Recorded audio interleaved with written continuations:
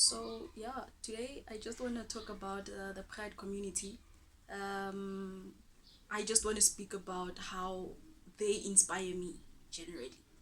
This is a very general conversation, you know. So I was thinking about bottom up leadership and how it can actually turn out to have great impact in the lives of individuals who are interested in that specific movement, agenda, whatever the case may be.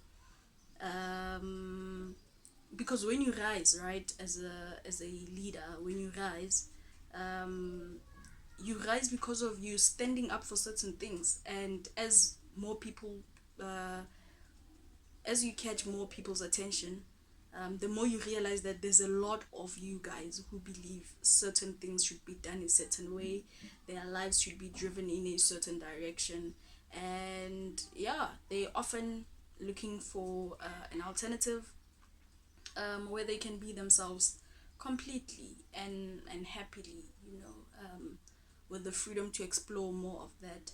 So what I see with the Pride community is exactly that. I see, of course, with very huge help of the internet and social media. Um, you can imagine you can imagine that with content creation, you can be in a closed space and experiment with your identity and then post it out on social media into the public, never having to leave the house. So eventually, people who consume that content become primed for meeting that sort of image in the streets and being okay. you know so I think that's very interesting because I look back into like 10 years ago, and I'm 28, so I was in matric, and throughout my basic education, we have seen a lot of gays and lesbians, but they were very much quiet about it. It was never really a conversation. If you wanted to know, you need to ask someone close to them if they have actually said it. Sometimes action speaks, sometimes behavior, interests, and all these things. But 10 years later, 10 years later, there's a whole pride community. And like, okay, these are the same people we went to primary school and high school with. And I think in tertiary, a lot of them come out. So I'm just going to stick to basic education, primary and high school. And like, but they were very, so what happened? Something surely did happen, you know and yeah, this is where the bottom up leadership comes from. So one thing social media does for us is allow us to have conversations and then to be ourselves. So when you are yourself and you start attracting other people, or you start getting attracted to other people, or you cross lines, or you find yourself in the same groups, whatever the case may be, you guys start having conversation. And as soon as that happens, it's easier to form a group and be like, yo, actually, to access maybe these type of features, let's move on to this platform and build there. you know and then other people find each other, which is one of the greatest advantages of social media. People start finding each other, people of the same interest, of the same, whatever the case may be. Some of these not so popular labels that people look for, they find each other and build communities. So all I'm saying is that the impact of that, in saying we need representation, we need certain inclusions, we need certain needs met as who we are and who we choose to be represented as, and perceived as, all of that.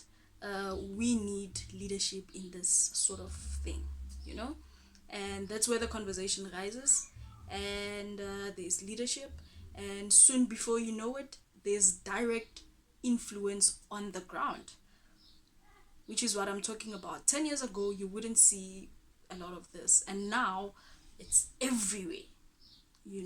People are freely being themselves, expressing themselves differently, comfortably, confidently, and all these things. So it's pretty inspiring for a person like myself, who wishes to build a community, and of which it looks like the easiest way to do it now is it's to leverage on the internet and build virtually, and then the community then will grow like that. And by grow, I just mean have more impact, direct impact in the lives of individuals who feel a certain way about certain things. So yeah, man, that's all I just wanted to share. It's a very short thought, just around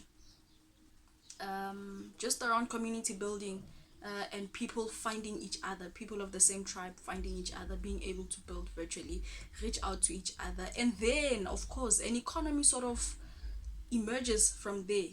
You know, man, I don't want to go deep into this, but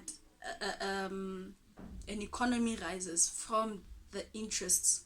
You know, you look at the fashion sense of the pride community. You look at the level of makeup, the makeup brands and lines that are coming up, more freelancing work that's coming up, and it gets more sophisticated. That's the other thing, it gets more sophisticated, so that everyone of any caliber, of any race, of any intellect, level of intellect, whatever you have, you should be able to plug into that and be yourself fully. Because can you imagine if there are businesses gender direct that are gender direct, then it only makes sense that a person of the pride community would want to be a creator for the pride community, you know. So I think that's very inspiring. That's one thing I draw from the pride community. They are confidently themselves, and they have leveraged the internet to find each other and build and have direct influence on the ground and their own lives. So yeah, that's all I wanted to share about bottom up leadership. These are ordinary people, ordinary people, who realized their own needs and then started working on structuring representation, in the economy, in public spaces, you know, in product that goes into their personal spaces, etc. Yeah, let me just leave you with that thought. Let me know what you think. Do you believe in bottom up leadership, or do you think top bottom is perfect? You know, and if you were to live in a community, what kind of leadership would you expect, or what kind of leadership for people do you currently think sort of works?